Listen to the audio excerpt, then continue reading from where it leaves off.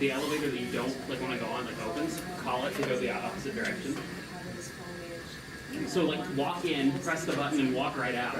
That's what Molly did the other day. I didn't even think of that. She said something similar to the SSC floor at like 10 p.m. This is like, she didn't have to deal with it. I've done that sometimes, like if I'm down here and I realize I need like new batteries or something, I'll take it up to 14, hit 15 and the down button, run into my office, grab my stuff, come back, and then it's there. And anyways, we are up and running and ready to go. Okay, sounds good. Can we do the IR? Yeah. And I'm guessing you want the continent, not the... Yes.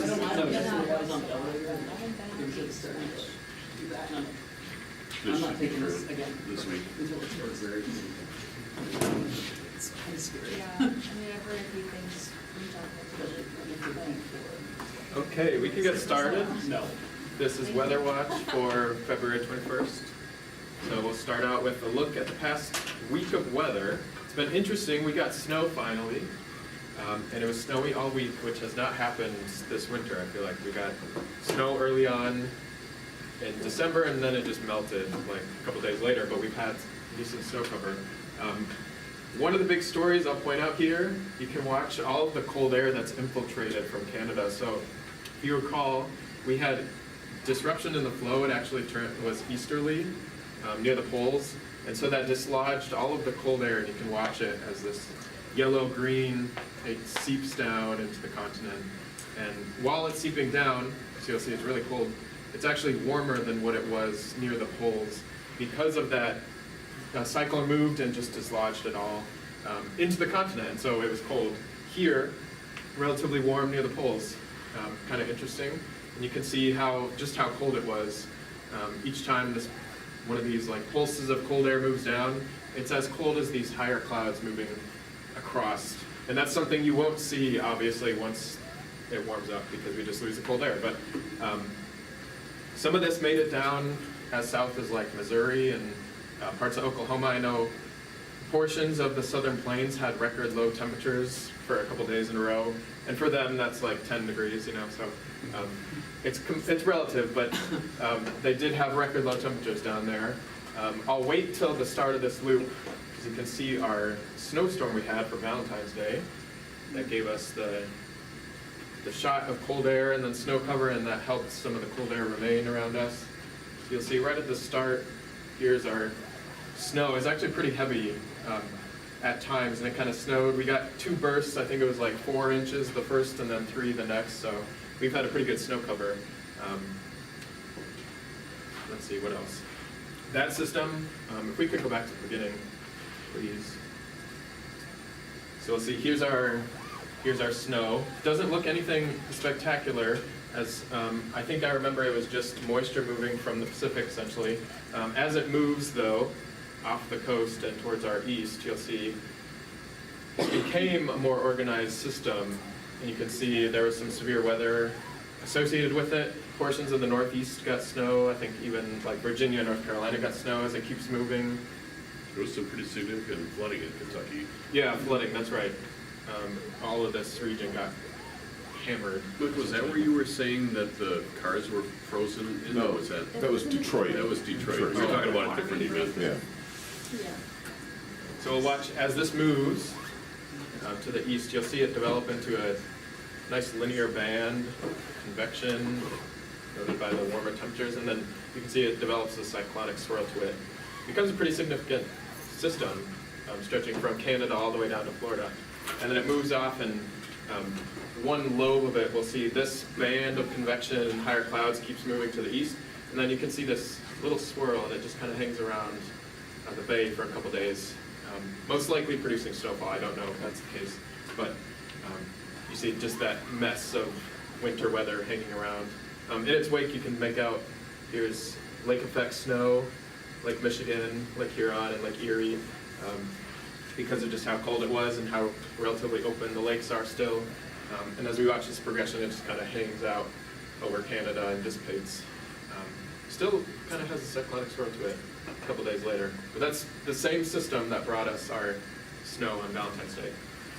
So kind of interesting there. Let's see, what else do we have? It's been relatively unsettled over the west. We can let this play again. And we'll just watch system after system, moisture, everything, even some swirls moving over the west. But a lot of snow, a lot of rain for portions of the west coast. Not a lot of recovery. There's been, I know Steamboat Springs got 4 feet of snow. They had 12 hours and then it started snowing again. I don't know how many the second time was, but you can imagine just shoveling and then getting 10 hours to rest, and then all of a sudden you're shoveling another couple feet of snow. Would it be a bad thing? I don't know, but I'm sure after months of that gets old. And you can see, so here's one system, short break.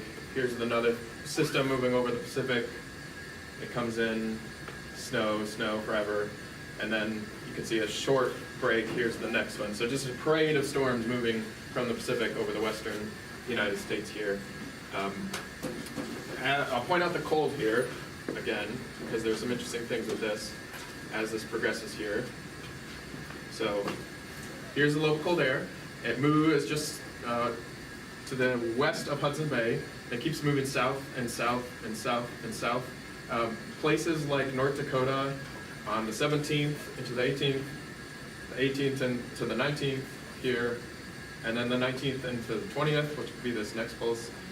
Got below -40. We got down to -45. That temperature, -45, which happened a couple times in North Dakota in a row, beats 29 out of the 50 states' low temperature records of all time. And it just happened, 3 days in North Dakota. Classic, right? And the first one was in the northeast portion of the state, and then the next two were in the southwest portion. So the whole state was essentially below -40, which is kind of incredible to think about. And we got cold, but not that cold, obviously. I went on a deep dive earlier this morning. So the state cold record for Wisconsin was set in Coudray, which is about right here, near Hayward, if anyone's familiar with the state. That low temperature is -55, and that happened twice in a span of 3 days in February 1996, when it was really cold, I've heard, in Madison. -55 up in the northern portion of our state. Coudray, right here, has 88 people in it. What are the other fun facts? Oh, it's home to Al Capone's northern hideout, the gangster from Chicago. He had a hideout in Coudray, which is your random fun fact for Friday. And then there's one other. Oh, and the name comes from the French word for short ears. Like, I think that's referring to something like the wildlife, but short ears. And it was named while this portion of the world was owned by France. So it was part of the French Louisiana, and it was known as New France up there while it was named. So Coudray, -55, short ears, France, Al Capone. That was my morning, was Googling this, and then I remembered I have to actually look at the weather. So that's what I did this morning. I think that's all I want to point out. Oh, it's been, because of how cold it is, this is the last thing I'll point out, it's been like perpetual cold air advection over the western Atlantic. You can see all these cloud streets just continuing to flow from the continent all the way into the North Atlantic, which is pretty cool. Even producing some bay effect snow or ocean effect snow over like the tip of Massachusetts here. You can see at the very end, here we have essentially the same picture we had last Friday, that cold air. Can we look at that in the visible? Yeah, And maybe absolutely. a close-up if it's possible? I don't have the long link in the visible. Yeah, the long link is necessarily just this morning, I guess. And we can do CONUS, that would be perfect. CONUS. Yes, please.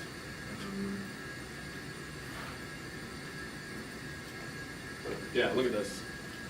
So this cold air, you can see really cold air moving over the ocean. At a certain point, the ocean is so warm that it begins to produce convection. You can see that's represented by these clouds. As it keeps happening, you get nice streaks and bands of clouds, and that stretches all the way from Canada down to Florida, which is essentially the same picture we had last week, which is kind of interesting. You can see from the visible here too, all of this speckled white, that's snow cover. And you can make out some topographical features like Here's the Mark Twain National Forest in Missouri. You can see that because as the snow falls, the ground stays white, the trees warm up warmer than the ground, and so you can make out where there's trees versus where there's like open land. I'm from Nebraska, so there's no trees in Nebraska versus, trees in Missouri. And so that's how you can pick out where there's like really big forests versus open land based on the snow cover here. You can see we have snow cover, obviously, and as you go north in the state, relatively farmland, and then you go north, here's trees, so it gets a little darker just because of the land cover, essentially. And you can see Green Bay, aptly named, completely snow covered, and that's that bright white right there in Lake Michigan. Some portions of the lakes you can pick out are snow covered, ice covered, but large portions like Lake Michigan, largely ice-free at this time here. What else? You can see, so we had really cold air. You can make out the return of the Gulf warm air. It's going to be pretty warm coming up, and you can see that southerly flow and all the moisture relative to where it's really cold and dry. Here's that warm moisture coming from the Gulf. You can see White Sands, New Mexico too, right there. Pretty cool. I know that's a reference point for satellites sometimes because you can see it. So they match up the lat and long, and that's how you can see where your satellite is looking. Right, You mentioned the gap in the clouds off the East Coast, that it's Yeah. partly a function of the sensible heat flux or latent heat flux, but it's also there's divergence in that little channel because the wind is coming off the frictionally retarded flow on the ground, and then suddenly it's over the ocean, so there's divergence in that little bit of the coastal edge, Right. and it recovers afterwards. That's right. That's exactly right. Yeah. The other thing that's kind of neat in this picture, you're pointing out the snow cover in the northern part of the state and other parts of the world, but also just to our southwest, this will play a role, over Iowa and, basically over Iowa to our southwest. Snow cover there, and as we'll see, that's going to play a role in our forecast for the next few days going forward. That's right. Yeah. So even though there's warm flow, you still have essentially a refrigerator on the ground. So you still have to remove that refrigerator to get warm or significantly warm. I know there's been snow along the Virginia beach, so you can see that. Yeah, close to a foot Here. a few days ago, yeah. Right. Which is what we saw in New Orleans, last month. So, That was a Thursday night event? I believe Get so. across? Yeah, Yeah. earlier last week it looked like it was going to be Philadelphia. I was telling my daughter, she was Right. upset about Thursday. That's right. In New York, and it just kept moving south and south and south and south and south. Yeah. Yeah, exactly right. Let's look at I don't want to do the radar. So just from this image, what I'm seeing is there's not a lot of cloud cover over the land, and significant cloud cover. There's a lot of high clouds, but You see the snow too up oh yeah, there we go. That's interesting. Wonder why there's a gap here. It's kind of curious. there. Yeah, no, here too. Yeah.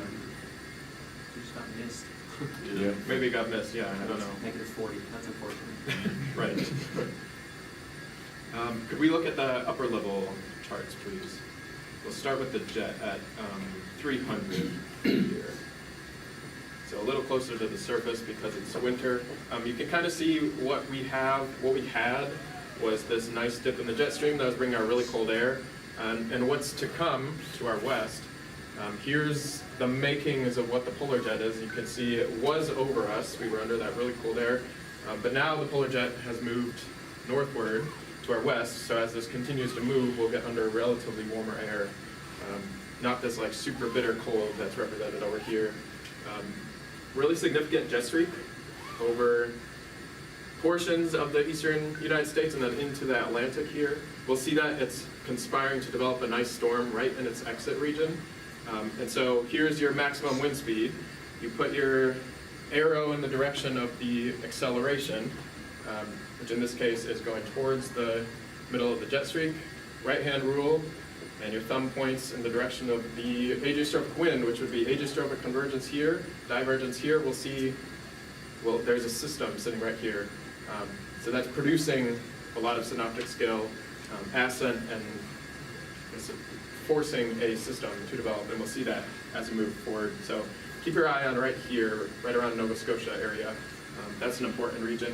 That's essentially the only interesting thing over much of this view of North America. The only other thing to point out is a nice dip in the jet stream, but it's over the Pacific, so relatively boring, as we saw in the satellite. Not a lot of clouds. Everything is essentially just high clouds right now. So we'll see that as we move forward and forward. Can we go to 500, please?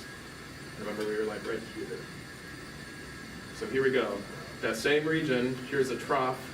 If you orient yourself, it's relatively broad, but there is some indication that we might have a system here. We have a decent thermal gradient, so you can see really not particularly strong flow, but you have a nice thermal gradient, especially as you moved around the base of this trough. Here you're getting really strong cold advection. And cyclonic shear there. Cyclonic shear, so definite sinking. On the front, right? Yeah. Especially just before you get to that inflection point, the geophysical height lines right off the coast of North Carolina, further south. Oh, right here? Right there, yeah. Yeah, It's yeah. probably really intense. Exactly. And sometimes these things can conspire through systems, sometimes they move through, and it's completely clear air turbulence enforced by these things. You can sort of see also, we have that, here's the dip in the geopotential height lines, really low heights, and then relatively higher heights, ridge. This is our warm-up, the makings of our warm-up here. And we have slight flow over the terrain, just straight perpendicular to the Rockies here, so that's also an indication we might have a warm-up going forward here. So conspiring to be a warmer setup, even though I'm only showing the current weather here, or current maps, I should say. And as we go forward, let's go to 850. And so we'll see, again, we're focusing on right around this region here. Here we go. Exactly where you'd expect it. Here's a pretty significant system, represented by just heights here, but you can imagine there'd be a nice cyclone at the surface. Not too significant of a temperature gradient associated with it, but there is a temperature gradient. So you have nice cold air advection. Here's your front, your cold front, and then some warm front. Less coherent than the cold front, though. I would say the warm front looks a little more evident in terms of the pressure trough. That's Just true. the south There is a side push of it. drop. Yeah, Yeah. that's right. So maybe there is a decent system there. A small trough at 850. You can see this is probably evident. We have flow perpendicular to the Rockies, especially in Canada. So you get a pressure trough and relatively warmer temperatures in this region compared to what's just slightly downstream of the mountain. So this might also be a portion of our warm-up here, is this trough associated with warmer temperatures. Other than that, there's not really anything significant to point out. Something that we saw in the visible, we had flow from the Gulf. You can see that in the 850 at least, we have dew point impressions of 0 here. So temperature and dew point same, flow from the Gulf, it's warm, it's relatively moist. We saw really low clouds moving up over Texas and into Oklahoma. Look at that gradient though, the one in Oklahoma is a dew point impression at 32, That's 40 right. in Arkansas. Yeah, look at that. So And- quick moisture return from these.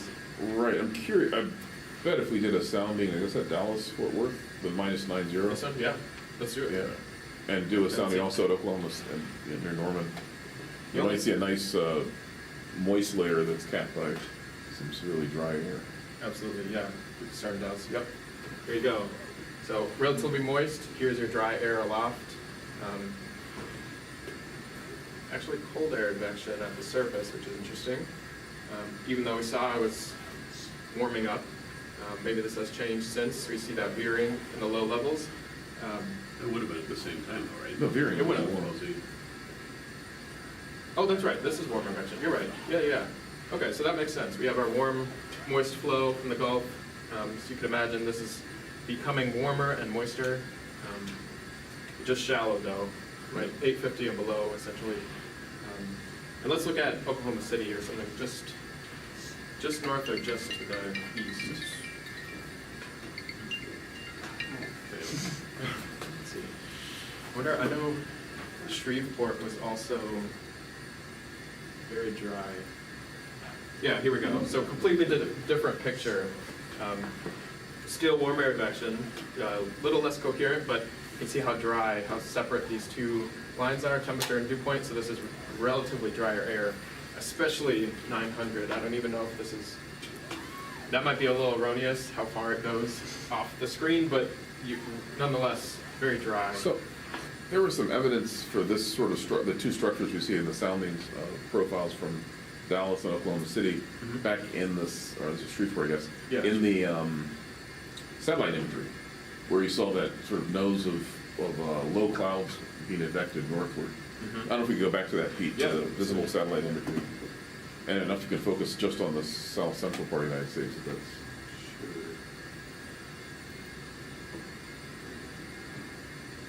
Or Southern Plains would do it, yeah. Yeah, that would be perfect.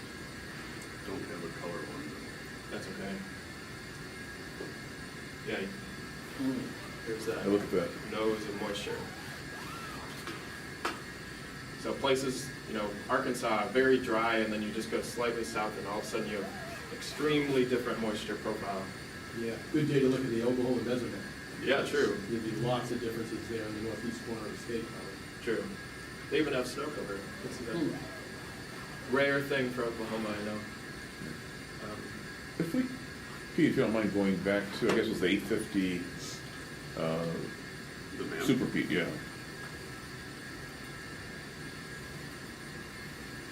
Another thing that caught my eye that was really interesting was, if you look at like Kingston, Jamaica sounding temperature 16, dew point depression of 5, and then as you get to the Yucatan Peninsula, the dew point depressions of, things have moistened up significantly, but you go to the Florida Keys, dew point depression of 14, so pretty dry air. So it's just a small window where the air is beginning to sort of get higher moisture content, water vapor content Right. over the southeastern Gulf of Mexico, somewhere Yeah, between those stations. Flow off the Gulf Coast, and it's a dew point depression of 23 and 28. That's a little weird. That's all historically stuff I got from the continent over the last couple of back days. back behind the cold air. Right. Advance too, yeah. You still think there would be some moisture gained. I don't know how accurate that is, but yeah. Probably really strong. Probably. And also definitely, society yeah. probably still in Yeah. the cold convection. That's all I had for the current. Does anybody want to see anything else?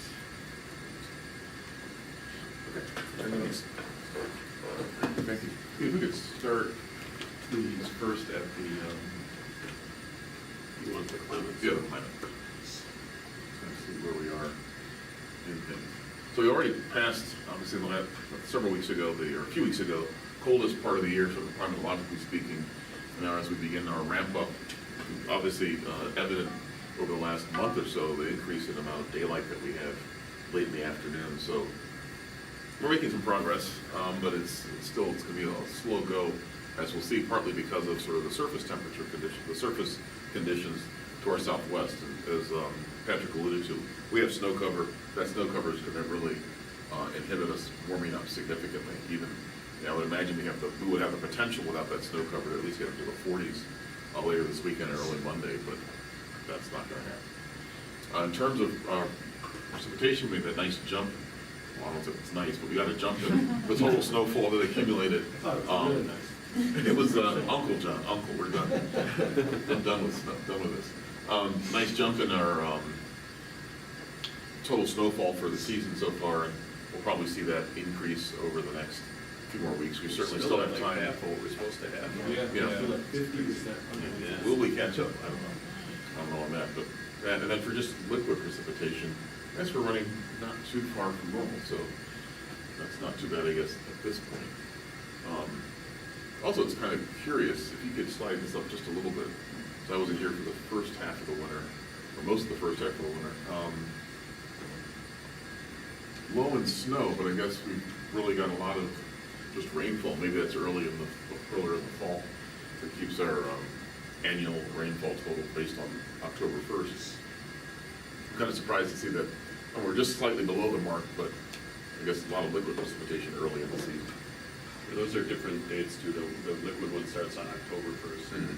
The snow one starts on. Oh yeah, those November are shifted. Okay, that helps a little bit, but still, even so, we're kind of surprising that we're not too far behind in terms of overall precipitation.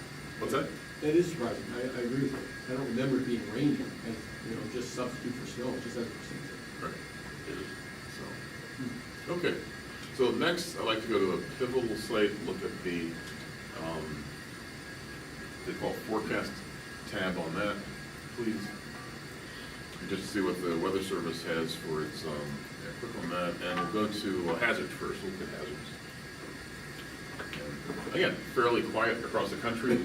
This blue area probably is something, if you see the legend here, if we scroll down just a little bit, I think this blue area is indicating really low temperatures, cold weather, freeze advisories, freeze warning in effect for southeastern Georgia, near Savannah.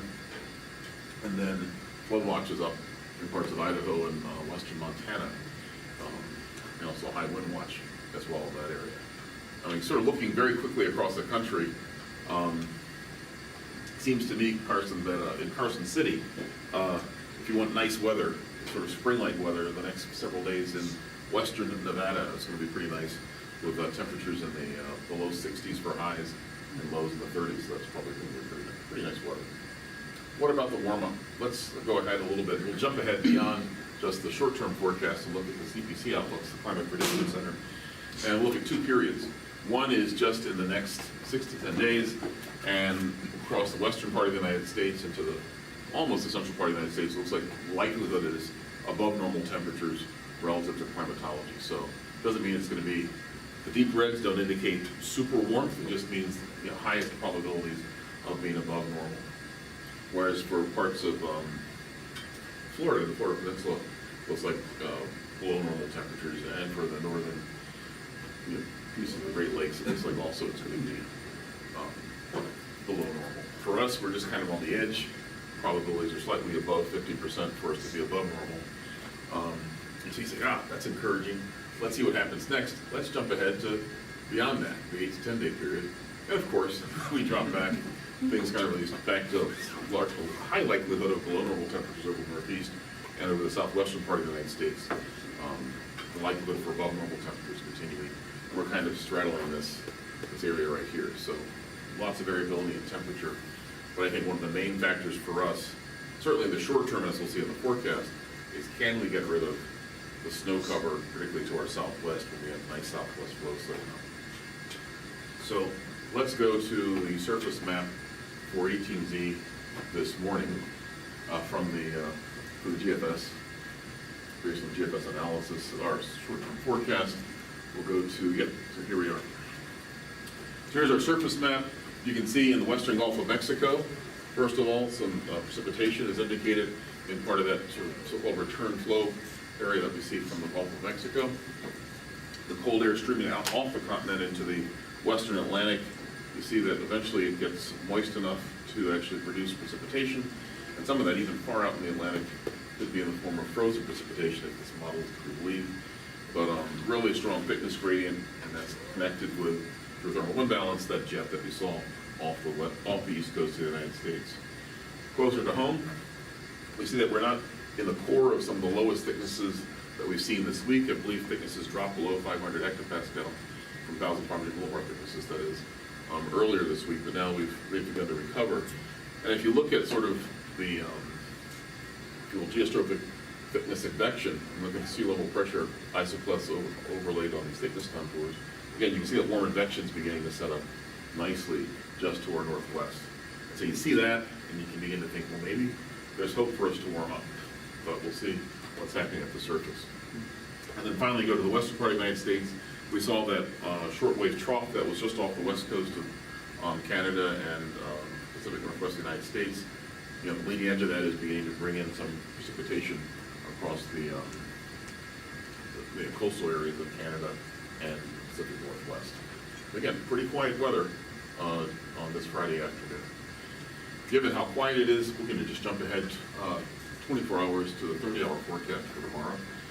Thickness is just below 528, and by tomorrow, we're jumping up. Thickness is just below 534. The warm advection is really beginning to take hold. Precipitation is still confined to the western Gulf and areas near just east and southeast of Houston. But most of the country at this point is just dry. The weather system that was off the west coast is just beginning to move on shore. But again, here we can see clearly a nice west to west southwesterly flow. Again, you think of that, you think, this is going to be, skies likely are going to be clear. We'll do some soundings and look at that for a second. But the big, the big impression you get is we should be warming up. Let's look at the 10 meter wind and sea level pressure, just to verify that. Yeah, warming up with not much risk of clouds invading the sky, because that's perfectly uniform warm advection. Right. over Iowa and eastern Nebraska. Mhm. So let's see that. Terrain, but it's not- I don't know, I feel like warmer advection, when you have snow on the ground, and temperatures above Oh, freezing. well, yeah. That's a good Fog point. situation. Yeah, so we should take a look at A little the, bit of, not coming up. latent heat flux up. Yeah, and down, right. turning it into some I don't like foggy it. conditions. That's a good point. There we go. Okay, well, we don't have the, yeah, here we go. So the southwest flow. Also interesting, you know, sort of a little bit of a surface trough for weak cyclone developing in the western Gulf at this point. Because for several months later, I'm thinking, I wonder what that is. Is that just the concavity of the coastal maybe? Yeah, it could be with the, I mean, the fact is we don't have, the flow is coming in this way, so it's already beginning to warm up, so I don't think it's, you're getting that sort of flow off the continent Oh, yeah. around that concave coast to get that. But if the surface is really cold and the Gulf is relatively warm, that concavity gives you sort of a local Laplacian and warming, diabatic heating, and so that could be what's helping to produce that minimum suitable pressure increase in geosurface forces. But for us, again, southwest winds, this looks really nice. Warming up, you can see these are ice, the fill pattern is just indicating the wind speed, but a fairly breezy day. So even though it'll be probably warmer temperature-wise, I think one of the things will be the wind chill is going to be pretty evident, still chilly. If we look at the temperatures, let's go to tomorrow afternoon. Zoom in south the west coast though. Oh yeah, that's pretty horrendous. Where are we going, west? We're gonna go, no, not west coast, we're gonna go to temperatures, please. Yeah, let's do that one. And you can see this is tomorrow at 18Z, and not super warm, I mean, still a few more hours of sunlight to go. Let's go ahead, just 3 hours to 21Z. And you can see almost where the snow cover is, we're just not getting much traction in terms of warming up, right? I mean, the whole cycle, diurnal cycle of temperature, sun comes up, or they don't come up, right? We rotate into the sun part of it. What's the word I want to use? Sun's out, ground would normally be heated on a nice dry day. The ground gets heated, you get some mixing at the surface, that warm, warm layer can develop from the surface all the way up. That's how we traditionally warm up.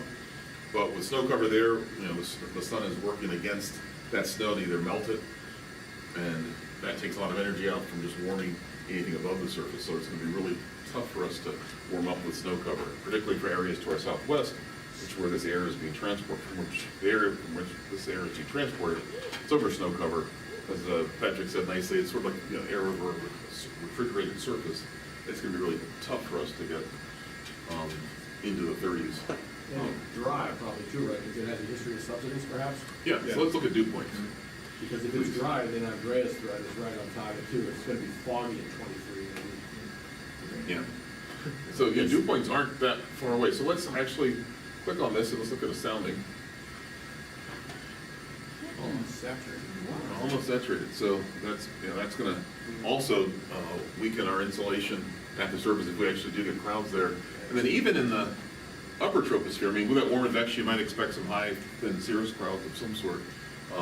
We could have that also tempering some of the warm up that we're hoping for. All right, let's click out of this. Go to the surface for Sunday at 54 hours. Yeah.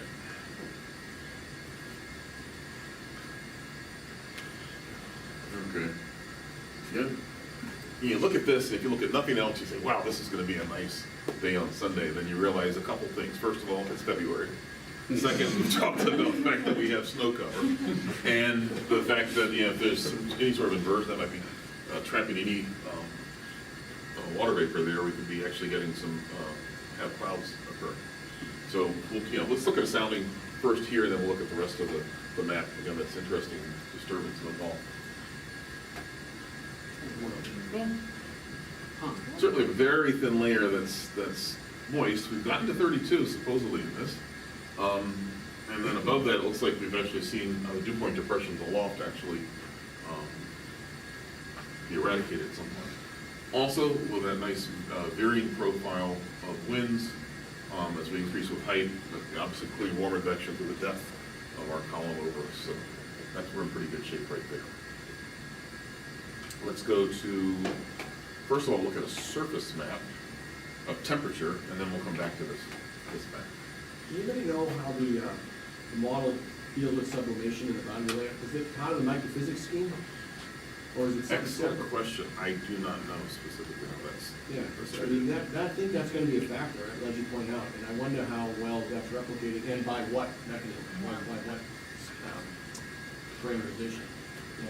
All I know is that when I was in Albany, it's a valley and we always got southerly flow over snow and it was always forecast poorly. So that was like a known Yeah.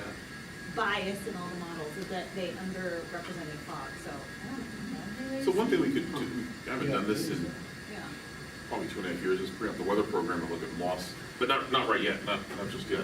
But again, with that snow cover to our southwest, you can almost see sort of an outline of where maybe the deepest snow cover is. In fact, we can look at the snow depth map, but we still have this, the evidence or the effects of snowfall, or not snowfall, but snow at the ground, sort of keeping us relatively chilly. Yeah, let's scroll down to the bottom, look at snow depth. And I don't know how well the model handles this, but again, Exactly the same. these areas that we see where temperatures have been sort of subdued in their ability to warm up is where we have some of the deepest snow cover to our southwest. So that's really gonna play a big role in how well we can warm up, how much water vapor is at the surface that could be sort of trapped and then help us create clouds and things of that sort. Something we're gonna watch. Before we go any further, let's take a quick look, if we can, Pete, on the weather program. Look at the MOS numbers. I don't know how many people still use this program. Is it avian moss? Avian moss, I think. No. What is it? GFS? New avian moss, that's what it is. Anyone still use this? Anyone know that I it's do. still there? I'm old school though. I'm old school as well. So, in terms of, so this is, these are model output statistics. NOAA, certainly probably some other forecast centers have been producing these since, I think NOAA initiated this back in the 70s. So we recognize that we can't just take the explicit output from a numerical weather prediction model and say, that's what the forecast is gonna be, right? We have to look at factors in terms of biases in the model, how well does the model forecast particular situations, and so they have a whole climatology of what actually happened, what the model was forecasting, the model variables are at certain key levels. It's kind of like the machine learning approach, a statistical approach, to post-processing the model output to give us something a little bit better in terms of the forecast. And so, for those of you that haven't looked at something like this in a while, or it's the first time you're seeing it, here are the minimum maximum temperatures in the 12-hour periods preceding this time. So low tomorrow night of 9, high tomorrow of 27, low the following night of 19, and then Sunday's high, interestingly, 37 degrees. But with that, in terms of cloud conditions, we have through tomorrow, at least through this evening, scattered a few clouds, and then overcast or broken for much of the day tomorrow. There's a way to see the ceilings are pretty high, so it's mostly going to be high clouds. CIG is for ceiling. And then when we get into tomorrow evening, we go from broken to more scattered and few. And that's kind of consistent with seeing the dew point depressions beginning to increase, at least aloft, during that time period. Surface dew points over this time period tomorrow morning are going to be, the dew point depressions are going to be relatively small. Again, this is the actual dew point temperature of 6 with a temperature of a low temperature of having been 9. We get up to 27 tomorrow, that they're expecting, at least at the surface, that spread is going to be relatively great. And then not really close to saturation at the surface, at least this is what MOS is saying for this particular model output. Obviously cold enough the entire period for the snowfall type to be, or the precipitation type to be snow. Although interestingly, as we get later in the period, the probability of snow, if it were precipitating, I think it's a conditional probability, gets into below 50% sometime on Sunday afternoon. This is really nice to see, if it's to be believed, 31 for the low temperature Sunday night into Monday, as that broad southwest flow continues. And you can see here, wind southwesterly, and then in fact becoming more southerly, still south-southwesterly as we go there. And the wind speed, surface wind speed, actually not that strong, so just above the surface. We saw on the earlier maps winds of about 10, 15 knots, I believe. here, the actual wind speeds through this post-processed output are more like just under 10 knots for the period, actually weakening a little bit. And visibilities, so in terms of fog at the surface, it looks like that's unexpected. 7 is the highest number there, which is raw visibility, great visibility. And of course, probably as a precipitation at different periods, all low, so a nice dry weekend. Okay, we can return back This to used to be what you'd use for the forecast contest if it got really close to when you had to enter and you forgot to forecast and you could do a moss cast. Yeah, but as we all know, a forecaster on a roll gathers no moss. That's a Morganism from well over 2 decades. You're kidding. You began to tell us that? Again, if you come to my, for those of you who haven't met me, you're gonna come to my lab, we can talk, just bring sunglasses, I don't want the glare from the trophy forecast trophies to blind you. Anyway. I don't think there's any light coming through the window. All right, so Monday afternoon, this is where things get really from my perspective, pretty interesting.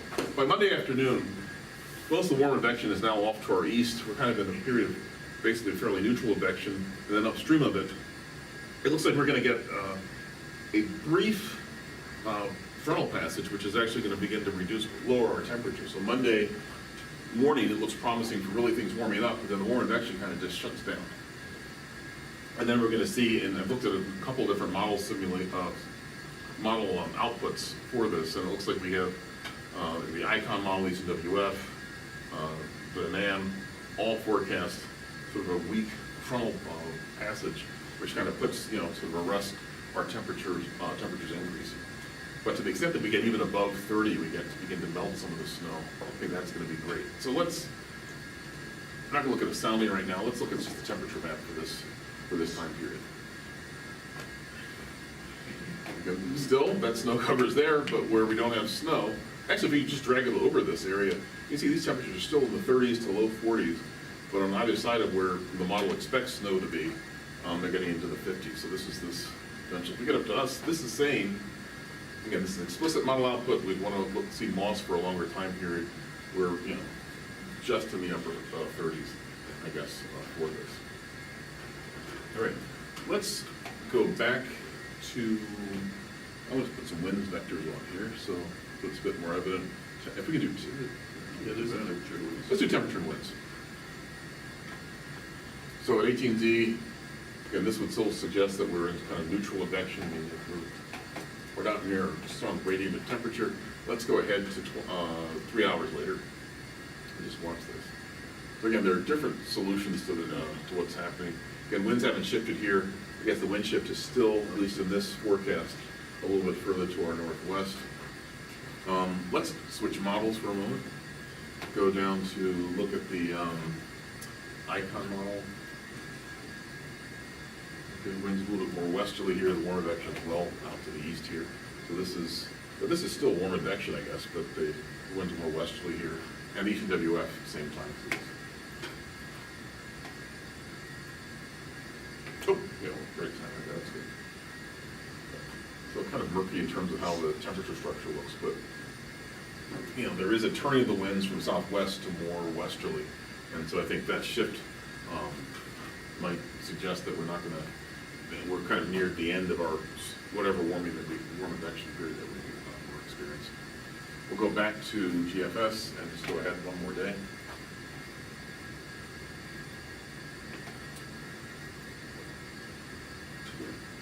And by the time we get to Tuesday, we're clearly in cold advection, and this is not strong cold advection. The strongest advection, if you look at the winds, you can see winds more westerly, that's slightly more northwesterly, and you can see that thermal gradient there, so we're clearly on the south side of that. Or then the front is to our south by this point, with the cold advection continuing. East is going to warm up nicely, and we have another cyclone developing now out to our west over Nebraska and South Dakota. We'll go back to the more standard surface maps and just look at the progression of that. That's a slight chance of some precipitation as this goes by. So if we step ahead to, let's go to 120 hours. Wednesday morning, the weak wave moves by just to our south with the possibility of some light snow along that boundary, that baroclinic zone. That's pushed to our south. So we have this weak frontal wave moving by. Let's go ahead another to 129 hours. Should be fairly short-lived.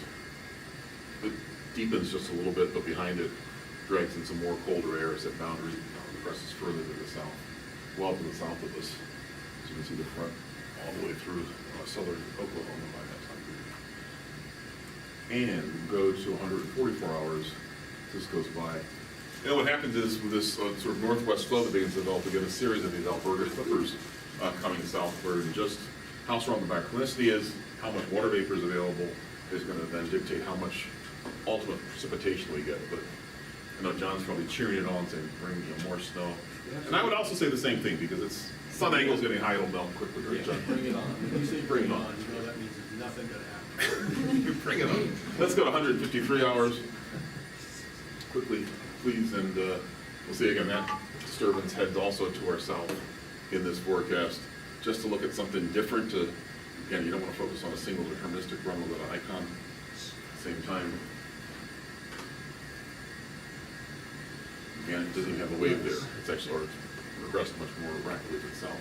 So just a little bit different of a time now, and every 6 hours. okay, and let's also go to, let's go to the UW-AOS. Just have at least 3 in there. You can see weak cyclonic circulation over eastern Iowa, but it's not really that impressive. But the key thing is the cold air is kind of back over us during this time period. And finally, we'll go to 168 hours.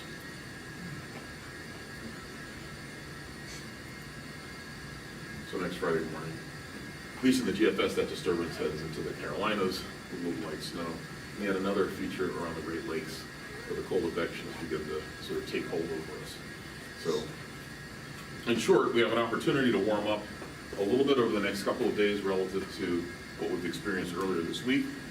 But by the time we get to early Monday, we're going to see a very subtle wind shift during the course of the day from, I guess, late morning to early afternoon, from more west-southwest to more westerly, and then by Monday night, more northerly, and that's going to usher in some colder weather.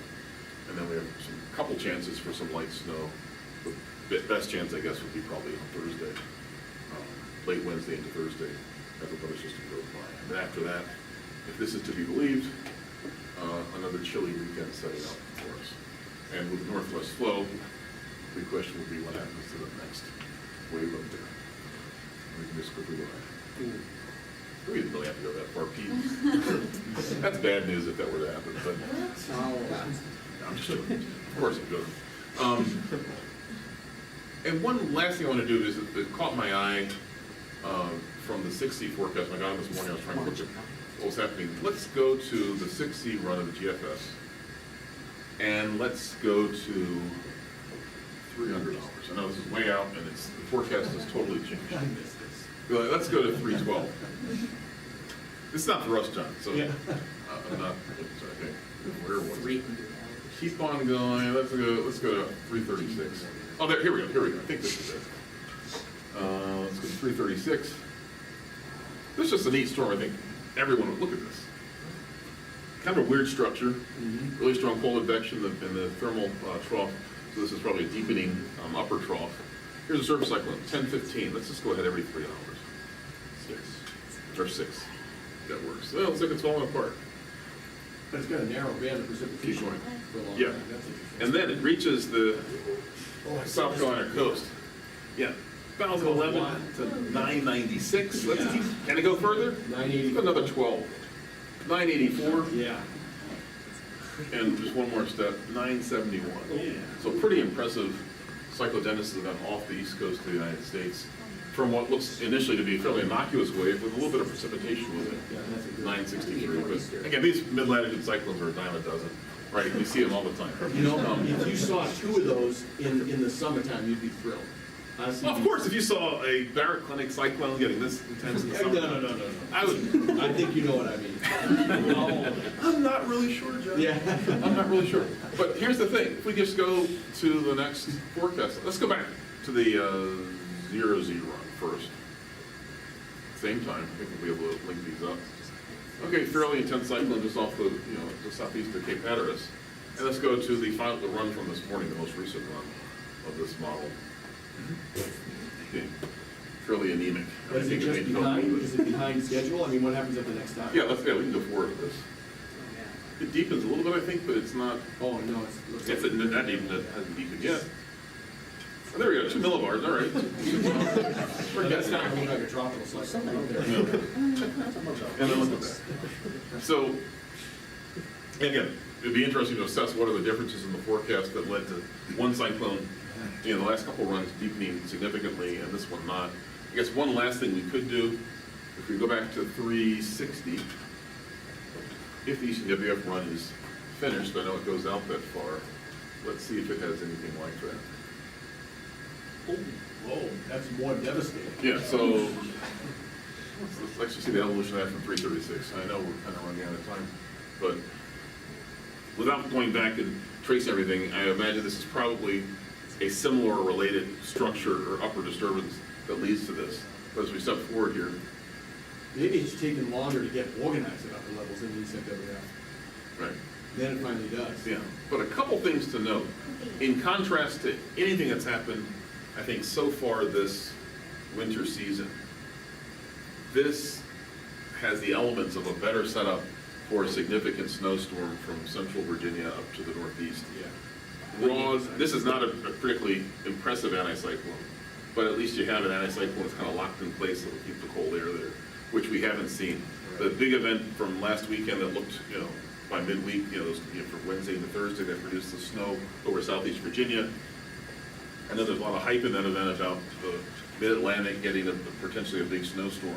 But it just didn't have that nice high to the north that one slows down the advance of the system out to sea, but also just the overall structure wasn't right. And this is, again, this is an ECWF, 360 hours out. Obviously, this could change significantly, and I bet if we went back just 12 hours, can't do 6 on this unless I log on. And that could be the beginnings of something, but this doesn't look particularly impressive for Well, there's a big cyclone where the anticyclone is too. right. Just the thickness structure was very strange, where it's almost, it's warm in northwestern Canada, and then it kind of, Yeah. it's like big wave breaking. And then the last thing, I know John loves looking at this. I haven't looked at it in a long time. We'll go to the CFS. And let's just at least look for, this is one last thing, this is my just having, if you don't mind, a bit of fun here. Let's go to, this is, back 6 hours or 12 hours? So the morning before we leave for spring break, this is what the setup is going to look like. And what I'll do, I've done this in the past, I'll begin collecting these maps so we can look at the evolution of the forecast over the next month or so. But it doesn't look too bad. What's the temperature, if we were to believe this? On the last, spring break before, the last weather watch before spring break, and we're in the upper 20s, near 30 degrees, but hoping it's going to warm up. And if we just, go through that, are we leaving town for the balmy weather's going to be here, and everyone else is going to be chilly? Oh. See, people getting excited about this, even though it's all fiction, right? Midweek, it's 55 in Rockford, that's not bad. Because this is Sunday, this is beginning of our spring break, and then that's not too bad. So 12Z temperature in the 50s. Oh, that would be just 60. It's too much too quick. Yeah. If that So, happens, it's too much too quick. let's just wait and see. But as we get further into the semester, I'll probably begin doing this more and more because I'm frankly sick of this cold weather. Thank you, Patrick, for the current weather description. Thank you, Pete, for running this. Thanks for the questions and comments. Have a wonderful weekend. Thank you, Mike.